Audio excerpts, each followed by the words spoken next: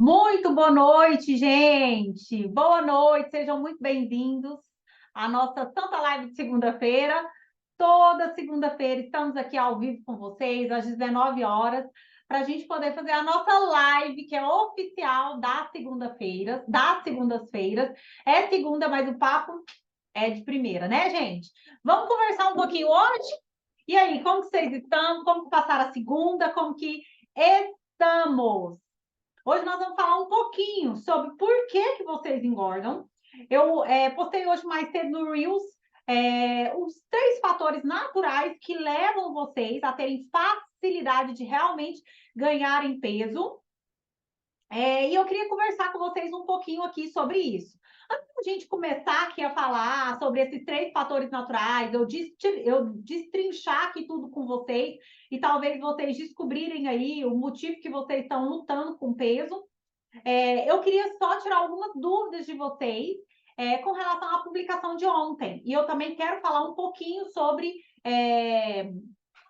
essa publicação nos 3 fatores naturais porque você engorda. Ontem eu postei um Reels falando sobre o Ozempic natural. Né? A gente sabe que o Ozempic tem sido uma febre, né? As pessoas desesperadas por perderem peso, né? Desesperadas porque estão, além de estarem acima do peso, elas estão com doença, né? Então, elas estão com diabetes, com hipertensão, doenças cardiovasculares, esteatose hepática, e as pessoas estão desesperadas, né? E a gente sabe que elas recorrem ao meio mais fácil, e esse meio mais fácil nem sempre é o mais saudável, né, gente? E a gente tem visto aí muitas pessoas, principalmente pessoas na internet, influenciadores, famosos, recorrendo ao famoso Ozempic, né? E muitas pessoas não sabem que nós produzimos o ativo que o Ozempic na verdade, é. O Ozempic nada mais é do que o análogo de GLP-1, e a gente produz GLP-1 no nosso corpo, né? O GLP-1, que é a molécula L, e ela é estimulada de formas naturais no nosso corpo. E aí eu expliquei ontem no vídeo que o TCM é uma das gorduras que promovem, né, o estímulo de GLP-1 no nosso intestino. GLP-1, para quem não sabe, é a molécula L que causa saciedade, que é o análogo que o Ozempic é. O Ozempic, na verdade, é um medicamento que é análogo dessa molécula L, que é o GLP-1. As pessoas não sabem que a gente produz GLP-1. É óbvio que o Ozempic, ele é um medicamento, por isso mais potente. Não justificaria a indústria farmacêutica fazer um medicamento que teria a mesma potência de um alimento ou de um estado normal fisiológico do seu corpo, né? Então, o Ozempic, ele é o GLP-1, ele é um análogo àquela molécula, quer dizer, ele parece quimicamente aquela molécula, mas ele age por mais tempo. E a gente tem formas naturais de produzir GLP-1. Né? E aí ontem eu falei para vocês sobre o psyllium, que, né, também dá saciedade, faz retardo do esvaziamento gástrico, que é o que o Ozempic também faz, ele age aqui no nosso núcleo arqueado, e ele melhora a resistência à insulina, retarda o esvaziamento gástrico e dá essa saciedade aí através do GLP-1. E a gente descobriu que algumas gorduras, elas promovem a ativação desses receptores específicos no intestino para a produção de molécula L, que nada mais é do que GLP-1. E o TCM é um desses suplementos, né? A gente pode usar TCM tanto aqui em jejum, para estímulo da cetose, quanto TCM antes das principais refeições, café, almoço e jantar, né? Que são as 3 principais refeições, mas não com o objetivo de produzir cetose, mas com o objetivo de estimular a produção de ácidos biliares no seu intestino, e esses ácidos biliares vão aí cumprir o papel para receptores específicos, estímulos, né? Vão estimular receptores específicos no intestino para a produção de GLP-1. Né? Então, assim, a gente tem 2 formas de usar a TCM. TCM, para quem não sabe, ele vem do óleo de coco, mas ele não é óleo de coco. Tem gente que está perguntando, mas pode ser óleo de coco? Não, não pode ser óleo de coco. Por quê? Porque não tem uma concentração de ácidos graxos que o TCM tem. Então, o TCM vem do óleo de coco, mas ele não é o óleo de coco e não serve se for o óleo de coco, justamente porque o TCM são dois ácidos graxos específicos, C8 e C10, com maior quantidade de C8, que é um ácido graxo bem pequenininho, que não precisa de lipase para ser absorvido, e que faz esse estímulo aí das suas vias biliares. Tá? Então, pode ser óleo de coco? Não, não pode. Por quê? Porque as pesquisas foram feitas com TCM, especificamente com C8. Então, a gente precisa explicar para vocês a forma como a gente aprende, né? Então, óleo de coco serve? Não, óleo de coco é fantástico, mas não substitui o papel do TCM. Então, você pode melhorar a resposta do seu corpo, sim, né? A saciedade, pode melhorar, sim, isso naturalmente, mas você precisa saber fazer isso de forma correta. E aí, ontem eu fiz o vídeo do Ozempic natural, usando o psyllium, que é uma fibra solúvel, e que faz esse retardo de esvaziamento gástrico. E a gente geralmente coloca o psyllium antes das principais refeições, misturado ali num pouquinho de água ou no suco de limão. E o TCM também antes das principais refeições para estimular ali vias biliares. Mas tanto o psyllium quanto o TCM, ele tem outras várias formas de uso e N outras aplicações. Por exemplo, o TCM em jejum, a gente já usa ele para estímulo dos corpos cetônicos, para favorecer a cetose e aí acelerar a queima de gordura. Então, assim, é um suplemento fantástico. E em jejum, ele também melhora a sua cognição e a sua memória. Por quê? Porque já foi relacionado o C8, que é o principal ácido graxo do TCM, com a melhora dessa cognição, dessa rapidez de raciocínio, desses novos caminhos neuronais aí, principalmente em pessoas com TDAH e com pessoas com autismo. Tá? Então, é fantástico saber usar essas estratégias e não ficar refém dos medicamentos. Né? Então, hoje eu atendi uma paciente que literalmente foi refém de um medicamento. Por que eu falo refém? Por que eu falo dessa forma como se ela tivesse aprisionada? Foi uma paciente muito interessante que eu atendi hoje, e ela falou que na pandemia ela teve algumas crises de ansiedade, e aí ela foi no médico, e o médico passou para ela, entre outros medicamentos, o Zolpidem. E ela engordou, assim, assustadoramente. Muito, gente, muito. Ela falou assim, doutora, eu não sei. Eu falei, não, mas não está relacionado com apetite. Aí ela pegou e falou assim, doutora, eu não sei o que aconteceu. Eu falei, você comia sem perceber, sem ver.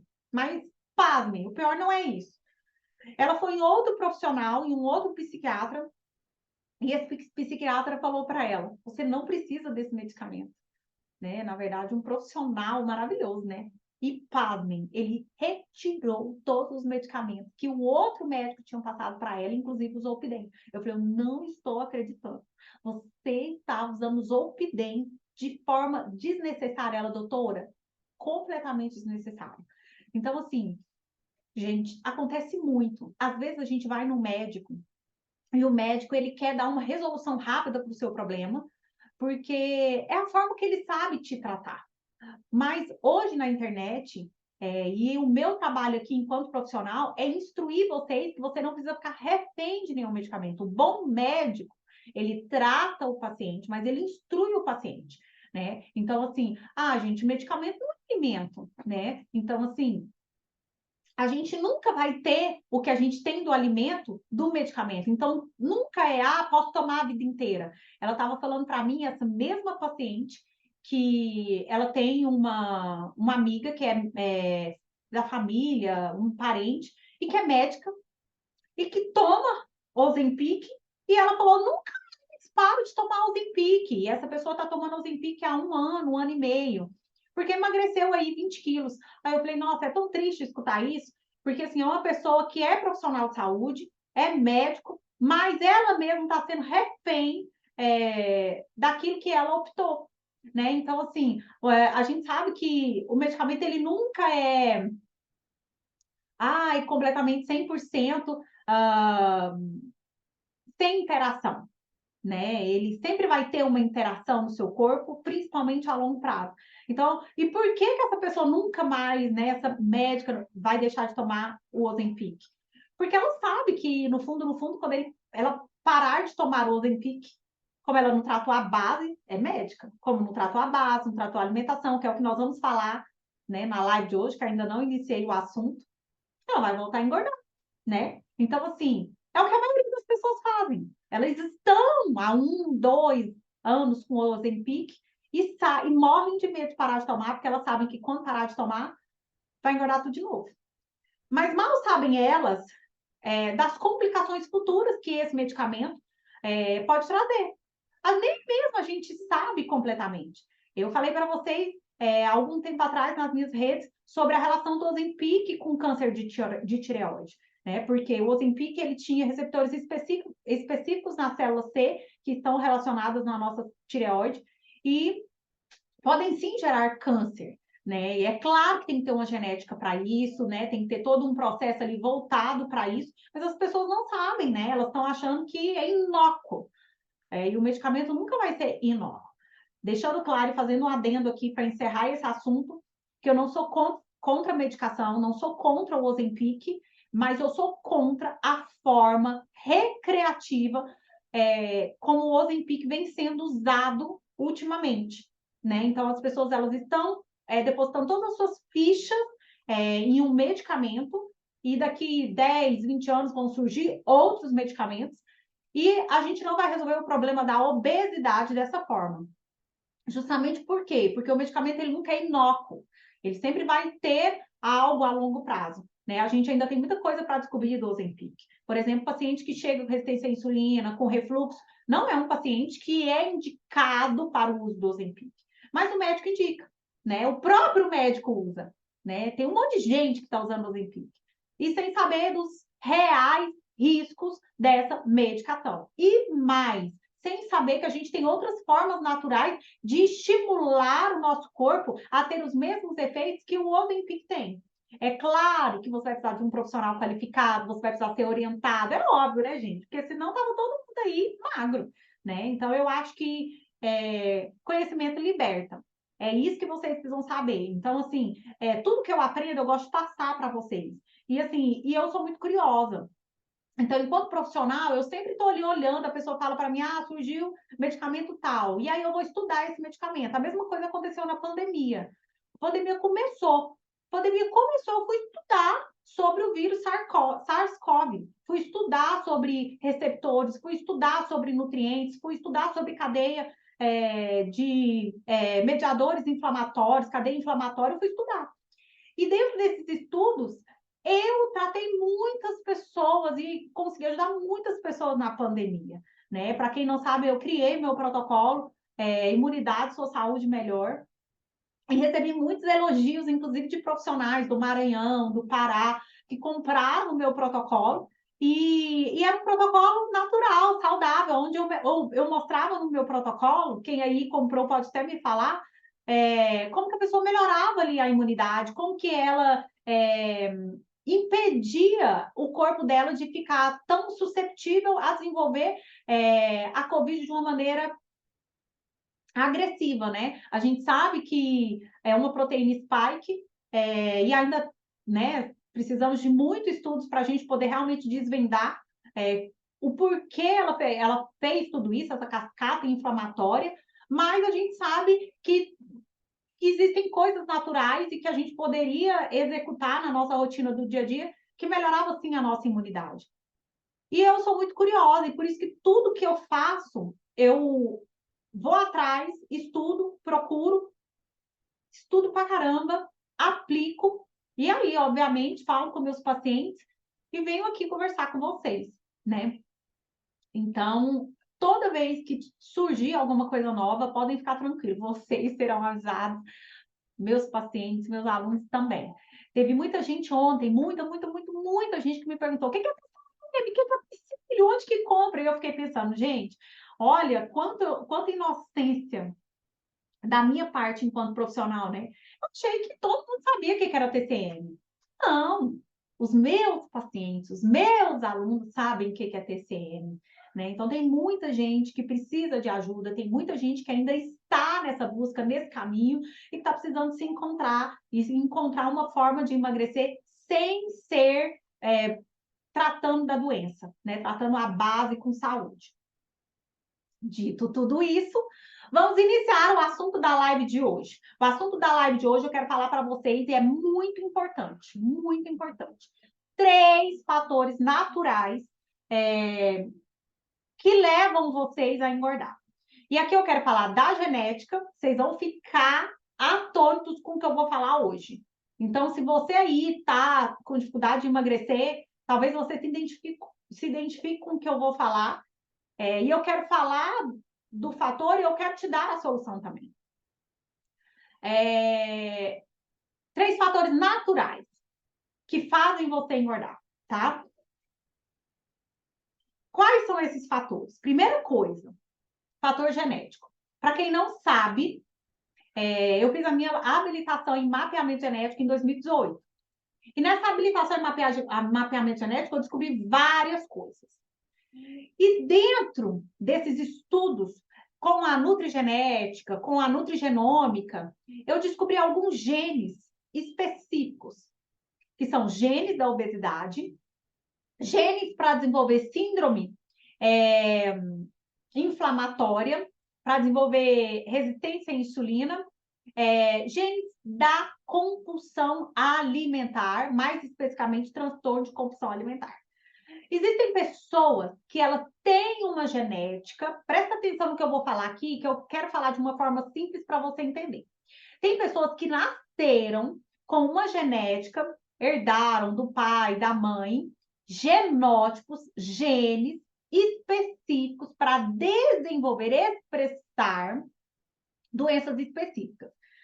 Nem tudo que está no seu DNA, lá naquela fita do DNA, você vai expressar. Né? Nem todas as doenças você vai expressar. Quando é que você expressa, por exemplo, algumas doenças específicas? Quando você tem um gatilho, tá? Então, mesmo que você tenha o gene para aquela doença, nem sempre você vai expressar aquela doença, tá? Então, uma coisa é você ter o gene, outra coisa é você expressar, de fato, desenvolver aquela doença. E dentro desses genes, nós temos o gene da obesidade, que é o FTO. Nós temos os genes para desenvolver resistência à insulina, síndromes metabólicas, e nós temos o gene de transtorno de compulsão alimentar. E pasmem, tem muita gente, e eu faço mapeamento no consultório, que tem FTO, que tem transtorno de compulsão e que tem o gene para desenvolver síndromes metabólicas associadas, que é o PPR-gama. Cada gene desse, ele tem o seu alelo de risco. E essa pessoa pode ou não expressar esse gene em determinadas fases da vida dela. E aí que está o grande segredo de você saber diferenciar a genética do ambiente. A genética nem sempre vai te aprisionar. Não é porque você tem o gene da obesidade, que você tem o gene do transtorno de compulsão, que você tem o gene de desenvolver a síndrome metabólica, que você tem o gene para deficiência XYZ, que você vai ter aquilo. Você precisa de um gatilho. E quem é o gatilho que dispara ali a expressão daquele gene, que a gente fala que é a arma, né? Quem que é o gatilho? O ambiente. E aí eu entro no segundo fator. O ambiente é o gatilho para você expressar a obesidade, o ambiente que você vive, os hábitos alimentares que você tem, a cultura que te levou a ser o que você é hoje, com toda a bagagem emocional que você tem, física, né, do corpo que você tem hoje, é que é o gatilho necessário para você expressar esse gene. E a maioria das pessoas comem errado. O que é comer errado, Janaína? Não é comer doce, não é comer só pizza, sanduíche. Não. É também isso, mas é comer com uma quantidade, uma combinação inadequada. Hoje a gente sabe que aquela pirâmide alimentar de antigamente, que tinha a base dela de carboidrato, já não funciona mais. Por quê? Porque a gente sabe que a energia não vem só do carboidrato. Nós também temos energia de outros alimentos. E o excesso de carboidrato é que gerou a expressão desses genes que eu falei aqui agora, que são obesogênicos, né? Então, muita gente cresceu numa casa, numa família, numa cultura que tem um hábito alimentar, que tem um ambiente, presta atenção no que eu vou falar agora, que propicia a expressão desses genes obesogênicos. Aí você vai entender agora que mesmo você fazendo o seu mapeamento genético, você tendo ali gene obesogênico, gene de transtorno de compulsão, você pode ou não desenvolver. A maioria das pessoas desenvolve, por quê? Porque o ambiente delas não ajuda, não é um ambiente saudável, não é um ambiente com hábitos alimentares, nem com nutrição saudável, né? E aí acaba sendo um gatilho negativo para expressar esses genes. E aí, uma pessoa que tem expresso o gene da obesidade, o gene de transtorno de compulsão e o gene da síndrome metabólica, é uma pessoa, sim, que tem mais facilidade de engordar. O STO, especificamente, que é o gene obesogênico, geralmente são pessoas que expressam a obesidade na primeira infância, ali na adolescência. Então, são pessoas que têm um MC sempre acima do 25 ali, do 27, já na primeira infância, né? Que é ali chegando na adolescência. E essa pessoa, ela sempre lutou contra esse peso, só que ela vive num ambiente obesogênico, ela já expressou aquele gene. E pasmem, na genética, a gente tem dois alelos, né? Um que pode ser de risco e o outro não, ou os dois que podem ser de risco. E quando você tem esse gene obesogênico aí no seu corpo, no seu, né? Na sua família, essa hereditariedade, você tem mais chance ainda de ser obeso. As pesquisas mostram que a maioria das pessoas que fazem bariátrica, elas têm uma genética expressa para obesidade. E aí você fala, Janaína, o que eu faço para... Eu vou ficar presa nessa genética? O que eu faço para melhorar isso? Existe alguma estratégia que nós podemos fazer para melhorar isso? E aí a gente tem a nutrigenômica. A gente tem a nutrigenética e a gente tem a nutrigenômica. Uma coisa é você saber que você tem a genética. Outra coisa é você saber como o alimento, como o seu estilo de vida, como o nutriente interfere nessa genética. E graças a Deus, eu falo que é a nutrição de precisão. A gente descobriu que sim, a nutrição, ela vem para silenciar essa genética que, entre aspas, é ruim. Por que, entre aspas, é ruim? Porque se você souber colocar nutrientes, fazer estratégias específicas, você muda a expressão desse gene. Gente, isso é fantástico. Imaginem vocês uma pessoa com transtorno de compulsão alimentar.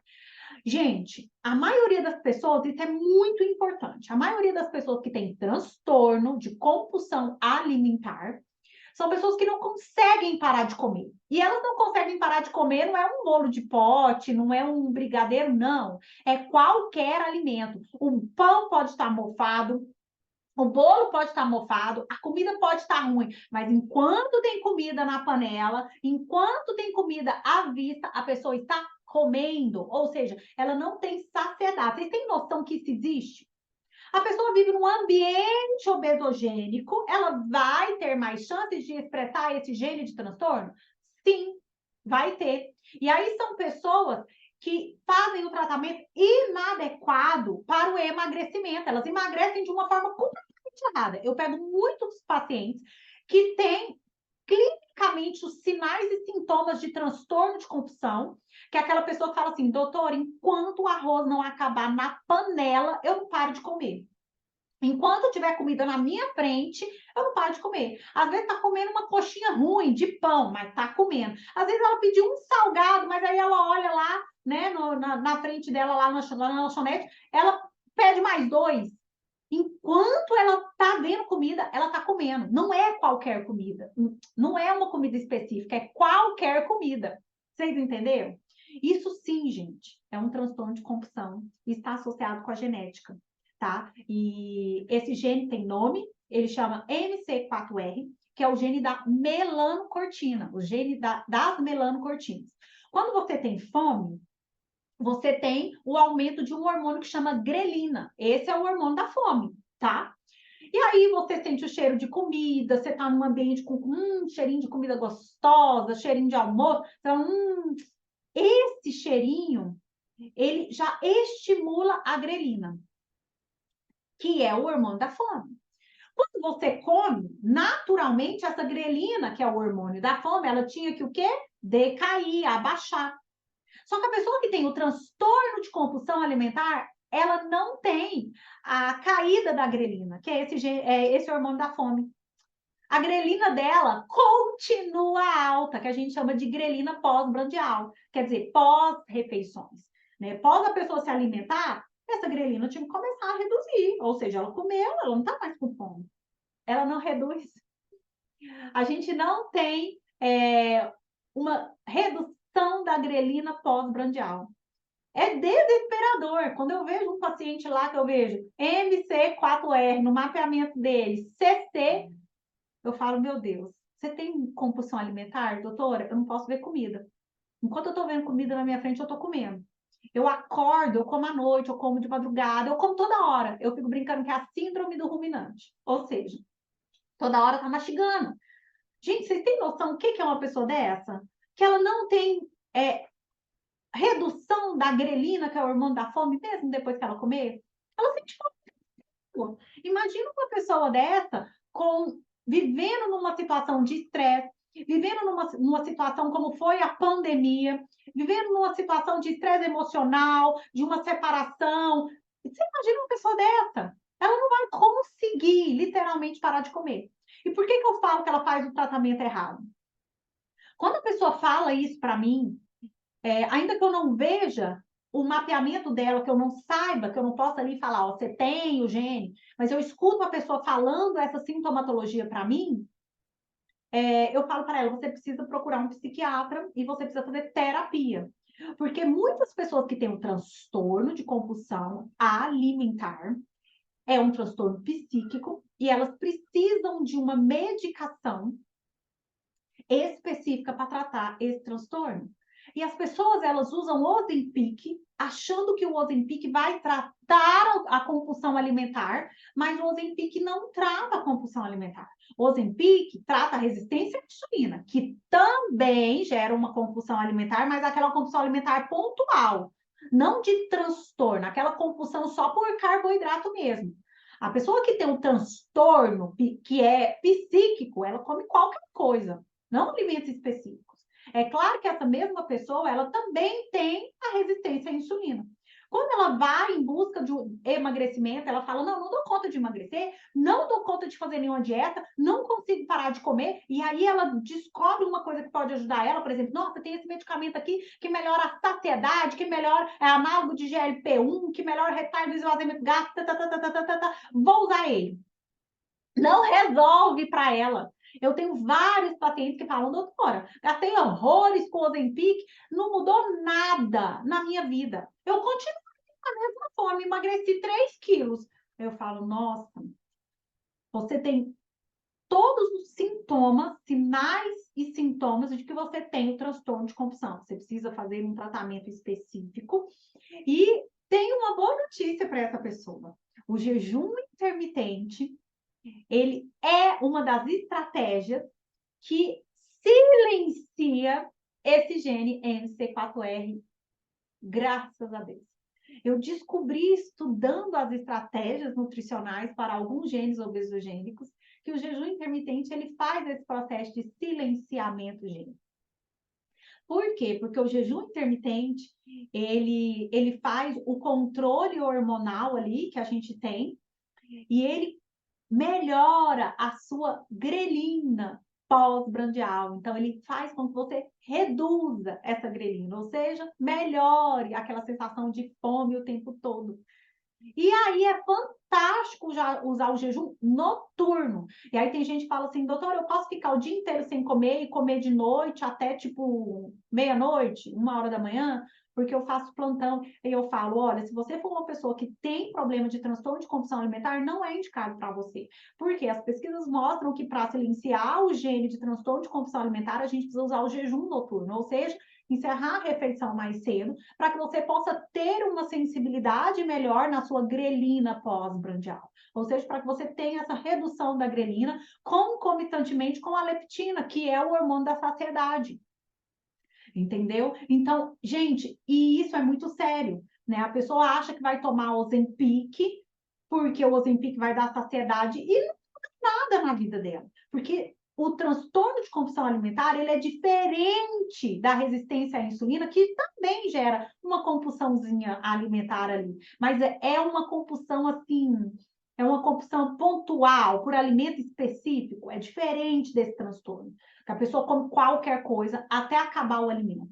Então, é uma pessoa que precisa de uma ajuda de um médico, né, que é, na minha opinião, um psiquiatra, que vai tratar aí esse transtorno de compulsão, junto com um profissional nutricionista que vai saber os nutrientes e a estratégia correta para colocar ali. Então, por exemplo, para essa pessoa que tem o transtorno de compulsão alimentar, eu usaria sim o TCM, eu usaria sim o psyllium, eu usaria, entre outros fitos, a N-acetilcisteína, né, para melhorar a resistência à insulina, e usaria estratégias específicas como jejum intermitente noturno para a pessoa poder ter uma redução dessa grelina pós-prandial e melhorar aí a compulsão alimentar, tá? Então, assim, muitas pessoas, elas têm essa facilidade de engordar, porque elas têm uma genética favorável ali para engordar,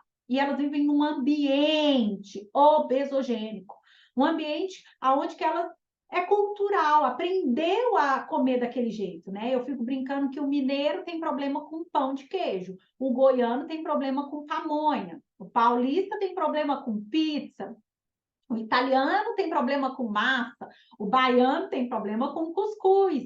Por que eu estou falando isso? Porque é cultural, né? Então, assim, tem gente que fala, amo cuscuz, e aí perde a mão nesse alimento, que é carboidrato. Vocês veem que eu estou dando exemplo aqui de alimentos que são riquíssimos em carboidrato. E aí, essa pessoa, se ela tiver uma genética para obesidade, para síndrome metabólica, para transtorno de compulsão, ela vai expressar essa genética, ela vai ter facilidade de engordar e engordar muito, e obviamente, sem a estratégia correta, ela vai ter dificuldade de emagrecer, por dois motivos, porque ela vai estar com com um tratamento inadequado, né? Ela vai estar usando remédio inadequado, ela vai estar fazendo a dieta inadequada, e porque ela tem um ambiente que atrapalha realmente.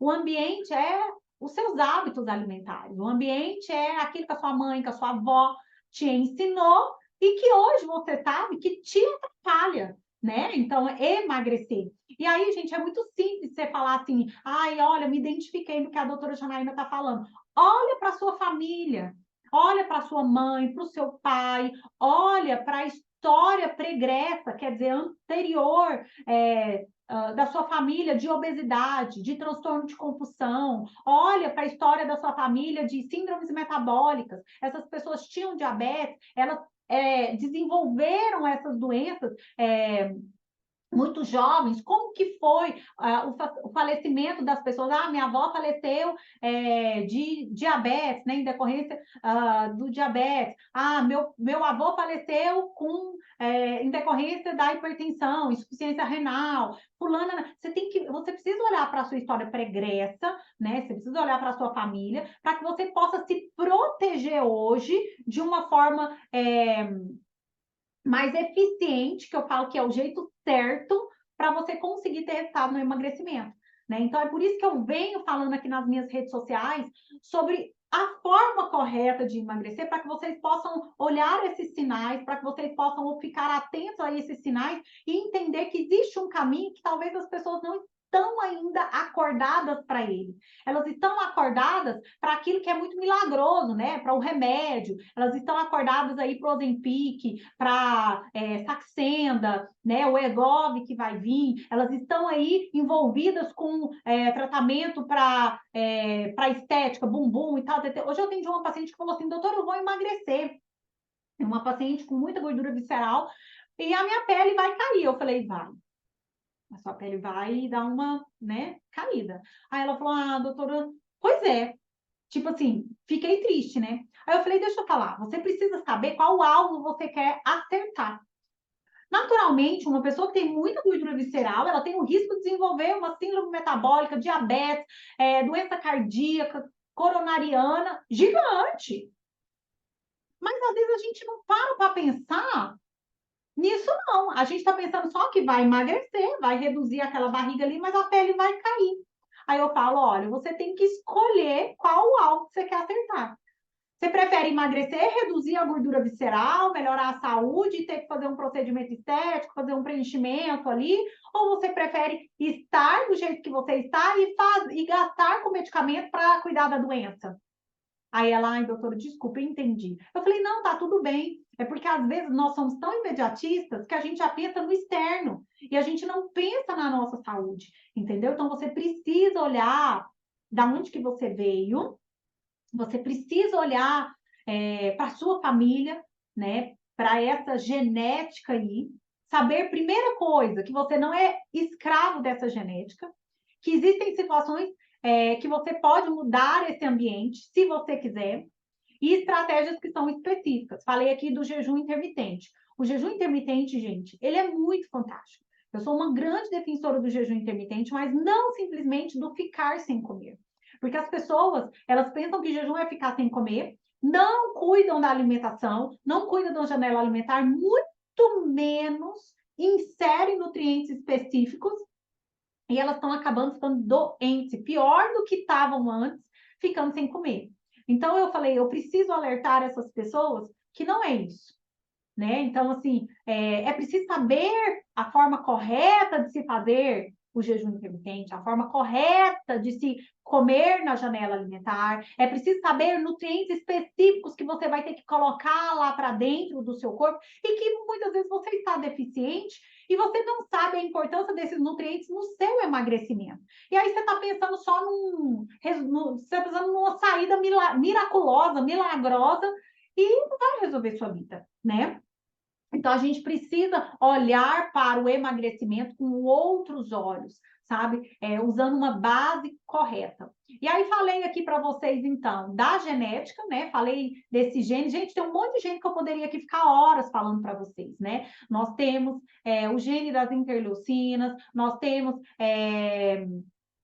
o gene das apolipoproteínas, né, que são genes para desenvolver distúrbios do colesterol. Nós temos vários outros genes que a gente pode citar aqui para vocês, mas eu acho que esses daqui tem mais peso e mais carga no assunto que nós estamos falando, que é o porquê você tem facilidade de engordar. Né? Então, esses genes obesogênicos, de desenvolver síndrome metabólica, eles são muito importantes para que você saiba, então, olha para a sua família, que você precisa atacar a expressão desses genes com estratégias específicas. E aí tem que ser o seu ambiente, que é o segundo fator. Se você vive numa cultura que propicia a expressão desses genes, você vai expressar esses genes. Ou seja, você vai expressar a obesidade, você vai expressar o transtorno de compulsão, você vai expressar as síndromes metabólicas, né? Eu estava conversando com o Newton, que é meu professor de boxe, e aí ele falou assim, Jana, você pode olhar um exame para mim? Eu falei, posso. E ele, gente, come super certinho, mas ele tem uma genética de diabetes na família dele, e eu ainda não fiz mapeamento dele, nada, depois quero até conversar com ele sobre isso, para poder olhar a PPR gama, para ver como que tá, né, o mapeamento genético dele, porque ele começou a desenvolver ali um pré-diabetes. Ele falou, nossa, Jana, eu falei, e é sério? Eu falei, Newton, não é a sua mãe que tem diabetes? E ele falou, sim. Eu falei assim, não, então vamos mudar? Vamos fazer uma dieta, vamos fazer uma low carb, vamos cortar carboidrato à noite, vamos porcionar esse carboidrato de maneira diferente. Estava ali conversando com ele, porque como a gente já tem uma genética na família, a gente precisa olhar com mais cuidado, né? Essa forma diferente de alimentar. Porque eu poderia falar para ele, não, vai estar tudo bem, né? A glicose deu aqui, tá pré-diabético, mas isso aqui, ó, só para de tomar refrigerante e arroz que melhora, né? Então, assim, eu não sei se é só isso, né? A gente precisa tratar isso com mais responsabilidade. Por exemplo, se ele fosse no médico, falando aqui na live, talvez o médico passaria para ele uma metformina, um glifage, um Ozempic, entendeu? Para quê? Para reduzir ali aquela glicemia para ele poder voltar com a glicemia dentro dos valores normais. Precisaria, né? Então, é claro que lá no futuro ele vai precisar mudar os hábitos, não tem como, gente. Então, às vezes a gente está retardando uma mudança que ela precisa ser feita agora, começada agora, treinada agora, tá? Que é isso que vocês precisam saber.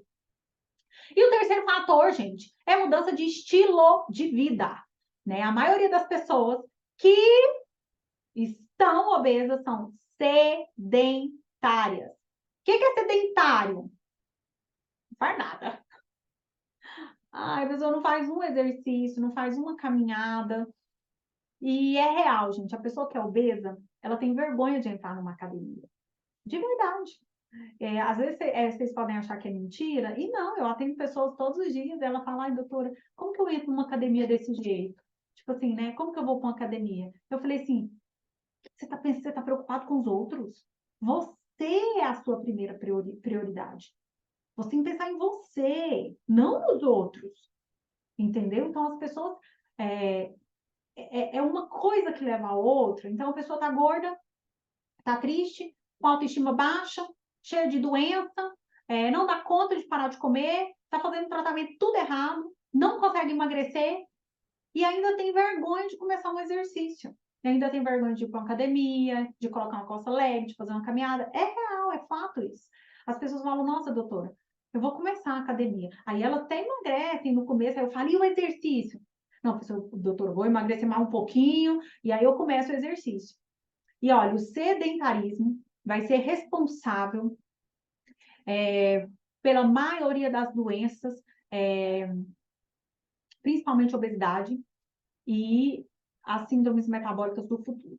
Então, o sedentarismo vai ser um grande problema de saúde pública, porque as pessoas, elas até vão emagrecer ali usando remédio, vão emagrecer ali fazendo dieta, mas o sedentarismo vai causar outras doenças. Por quê? É aquele negócio, né? A gente treina o coração sem saber que a gente está treinando ele. Vocês pararam para pensar nisso? Quando vocês estão numa esteira, quando vocês estão fazendo uma corrida, vocês estão condicionando o músculo cardiovascular de vocês, que é o coração. Mas vocês estão vendo? Não. E a gente tem aí a história do Faustão, né? Com insuficiência cardíaca. Quando vocês estão fazendo uma caminhada, quando vocês estão fazendo uma atividade física, um cardio em jejum, né, que ali promove queima de gordura, condicionamento cardiovascular, vocês estão vendo o coração de vocês sendo trabalhado? Não estão. Então, as pessoas estão esquecendo disso. Nós precisamos trabalhar o nosso músculo cardíaco, né? O músculo cardíaco, o coração, ele é muito importante para a sua saúde no contexto geral. E aí você fala, eu tô gordinho, eu não vou para academia, eu não vou fazer um exercício porque eu tenho vergonha. Eu te entendo, mas você precisa romper essa barreira e você precisa saber que a primeira prioridade é você, né? Então, assim, sair do sedentarismo, né? E tem uma coisa muito interessante, porque eu comecei falando dos 3 fatores, né, naturais, quer dizer, é natural, né? É natural. Se você nasceu com essa genética, viu aí que a sintomatologia é natural. Se você cresceu nesse ambiente, é natural. E o estilo de vida também. Gente, a pessoa nunca foi estimulada a ter estilo de vida saudável. Né? Então, a gente precisa mudar isso nos nossos filhos, na nossa família, em nós mesmos. Né? Eu falo que as pessoas não escutam o que a gente fala. As pessoas escutam o que a gente faz, né? Por quê? Porque quando você faz, você mostra, você atesta muito mais do que você fala, entendeu? Mas você tem que fazer. E fazer exercício físico é treinar o seu músculo cardiovascular, é treinar o seu coração, de onde procede as fontes da vida, né? Sem você ver. Então não adianta ter rios de dinheiro na conta sem ter saúde. Não adianta você falar, estou emagrecendo, mas o seu coração está fraco. Você precisa fortalecer, né, o seu músculo cardiovascular. Você precisa fortalecer a eficiência dos seus órgãos. E eu falo que esse estilo de vida, essa mudança de hábitos saudáveis, a atividade física é a base disso tudo. E você precisa, sim, fazer uma atividade física e sair do sedentarismo. Por quê? Porque lá na frente, a gente está vendo aí o caso do Faustão, você pode sofrer com isso. Você pode sofrer com uma insuficiência cardíaca, não tem como. Você pode sofrer com sarcopenia, começar a andar de bengalinha. Mas você fala, nossa, eu tô bem, mas tá com sarcopenia, perdendo massa muscular, é da idade, é natural. Você não fez atividade física, não mudou seu estilo de vida, tá sedentário, tá perdendo, né? Tá mole. O velhinho, vocês já viram? A gente pega nele, ele é mole. Tô pegando o pé do meu pai e da minha mãe para fazer exercício, que eles são maravilhosos. Mas precisa dessa parte, que é o terceiro fator natural, né? Que é fazer exercício físico, que é treinar o músculo cardíaco, treinar o seu corpo a ganhar resistência para o futuro, né? Então, às vezes, você vai estar com um peso bacana, porque você aprendeu aqui, emagrecer, tá, ok. Mas esse terceiro fator precisa ser resolvido também, que lá na frente ele pode ser um problema para você, né? E as pesquisas já estão mostrando, né, gente, que o sedentarismo vai ser, né, um dos piores problemas de saúde do próximo século. Então, assim, a gente precisa resolver isso na nossa vida fazendo. E aí teve uma pessoa que perguntou, Marisa, é certo fazer atividade física em jejum? Queima mais caloria? E aí o cardio em jejum, né? E aí qual que é a indicação do cardio em jejum? Ah, Janine, será que eu tenho que fazer exercício físico em jejum? As pessoas pensam assim, que fazer exercício físico em jejum, o famoso cardio em jejum, é você correr 10, 15 quilômetros em jejum, né? Tipo, ver a morte. Não é isso, gente. O cardio em jejum, ele é para você treinar o seu corpo com corpos cetônicos. Usando corpos cetônicos, você vai mobilizar aquela gordura depositada no seu corpo de maneira muito mais eficiente com cardio em jejum. Aí você fala, como que funciona isso, doutora? Não tem que ser exercício de longa duração, 10, 15, 20, 30 quilômetros. Nunca. Cardio em jejum, gente, é rapidinho, é no máximo 20, 30 minutos. Não tem que ficar ali fazendo 10, 15 quilômetros de jeito nenhum. Você vai fazer uma corridinha dentro da sua intensidade máxima, cada um tem a sua, e você vai exercitar o seu condicionamento cardiovascular ali depositar, queimar os seus depósitos de gordura, entendeu? Então, o cardio em jejum é fantástico para quem tem facilidade de engordar. E se você se identificou com todos esses fatores, com todos esses sinais que eu falei aqui, o cardio em jejum pode ser para você. Aí você fala, vou fazer cardio em jejum. Nunca nem fez exercício físico na vida. Aí vai lá fazer uma esteira em jejum. Para, né, gente? Não, você vai começar uma caminhada, você vai começar treinando, entendeu? Leve, tá? Ah, Janaína, mas não é para correr longas distâncias, porque eu demoro muito na esteira. Mas claro, você não faz nada, você é sedentário.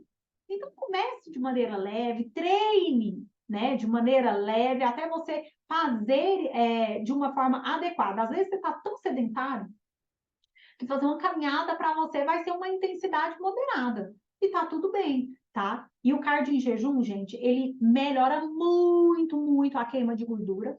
E você tá fazendo cardio, obviamente, cardio tá treinando seu músculo cardíaco, né? Por quê? Porque aquele exercício, ele vai promover uma resistência, o seu músculo cardíaco, que é o coração, melhora, ou seja, seu coração ele vai bater menos vezes, com mais vigor, com mais força, aonde você vai conseguir bombear sangue até lá pro seu dedão do pé, pro seu dedinho do pé, de maneira mais eficiente. O retorno venoso, a volta desse sangue fica mais rápida, fica melhor, você aprende a desinchar, você queima os depósitos de gordura de maneira mais rápida, principalmente se você é uma pessoa que começou a ver essa familiaridade, essa herança genética que eu falei aqui no início da live, tá?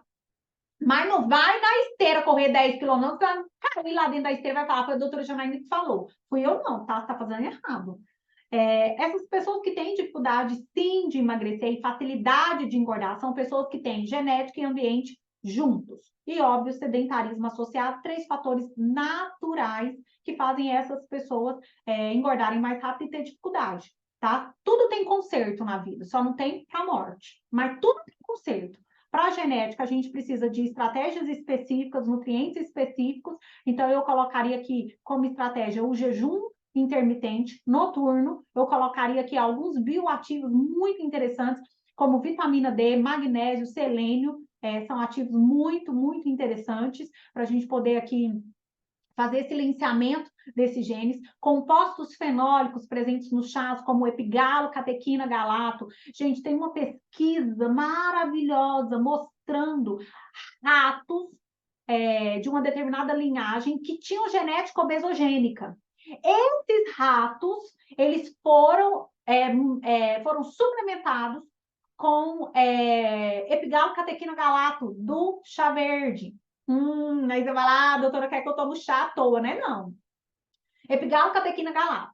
E pasmem, a cria desses ratos que tinham genética para obesidade, elas nasceram com uma genética silenciada, as crias nasceram. Então, gente, o poder desses compostos fenólicos, desses antioxidantes, são gigantes, tá? Então, você pode usar essas estratégias, sim, tá? Para poder silenciar genes específicos. Epigalo-catequina faz isso, quercetina faz isso, apigenina faz isso, compostos fenólicos, no contexto geral, fazem isso. Para a mudança do ambiente, a gente fala de comportamento, é trazer a consciência para aquilo que você precisa mudar. Por quê? Porque é esse ambiente que é 70% responsável pela expressão do gene, que é só 30%. Ou tanto que o ambiente ele é mais forte do que a genética. Os dois juntos é explosivo. Se você já tem uma genética, um ambiente lá está propício para ser obeso, acabou, vai ser obeso com dificuldade de emagrecer. Mas se você sabe que você tem uma genética, né, por todo esse sinal e esse sintoma aqui que eu falei, e você muda o seu comportamento, o seu ambiente, a forma que você come, faz a estratégia específica, controla a carga glicêmica ao longo do dia, usa essas estratégias que eu ensino, TCM, psyllium, N-acetilcisteína, você pode usar aqui coenzima Q10, que é um ativador da mitocôndria para te dar energia, você muda o seu comportamento com estratégias específicas. Então, você sai da mesa, come e sai da mesa, e muda o seu estilo de vida, que é começar a fazer uma atividade física e sair do sedentarismo, você vai treinar o seu coração, que são a eficiência da funcionalidade dos seus órgãos internos. E aqui, é claro, o principal deles, vamos falar do músculo cardíaco, né? Então, gente, para tudo tem jeito, né? Você não está preso nessa obesidade, só que você precisa saber o jeito certo de fazer isso. O que nós vamos fazer? Agora, eu expliquei tudo aqui para vocês dos 3 fatores, expliquei da genética, do ambiente e do estilo de vida. Expliquei das estratégias, falei do jejum, dos bioativos, né, do comportamento aqui, do exercício, cardio em jejum, jejum intermitente, compostos fenólicos, enfim. E quinta-feira eu quero falar para vocês, quero responder as dúvidas. Janaína, cardio em jejum funciona? Janaína, quais são esses compostos fenólicos? Janaína, que chá que vai me ajudar? Chá para quê? Entendeu? Qual que é o exercício que eu começo? Quanto tempo de atividade? Qual que é o suplemento para você tomar que não quebra o seu jejum? Então, quinta-feira eu vou abrir uma caixinha de perguntas e eu quero que você que está aqui participando da live de hoje, deixe a sua dúvida e quinta eu vou respondê-la, tá bom? Bacana, gente! Espero ter ajudado vocês. Dá coraçãozinho aí na live, compartilha essa live com alguém. Eu vou deixar a live salva no feed. E eu espero de verdade estar descortinando os olhos de vocês, a visão de vocês, para um novo caminho que dá certo, tá? Então, se você está aí com dificuldade de emagrecer, já tentou inúmeros profissionais, inúmeras nutris, dieta atrás de dieta, remédio atrás de remédio, não consegue resultado e está doente, eu tenho uma boa notícia para você. Você pode sair dessa situação. Você precisa saber o jeito certo, né, gente? É isso que eu tenho ensinado para vocês. Ai, Janaína, é muita informação. Aos poucos você vai aprendendo tudo isso daqui e eu acho que você vai encontrando, não é expectativa, eu acho que vai criando dentro de você uma expectativa boa a respeito do futuro, né? E é isso que eu quero gerar em vocês. Tem conserto, tem saída, tá bom? Gente, quinta-feira eu vou estar aqui às 19 horas, respondendo essas dúvidas. E você que assistiu essa live, Ficou com dúvida? Assiste de novo. Repeat, please. Vai dar certo. Beijo para vocês. Até segunda. Até quinta.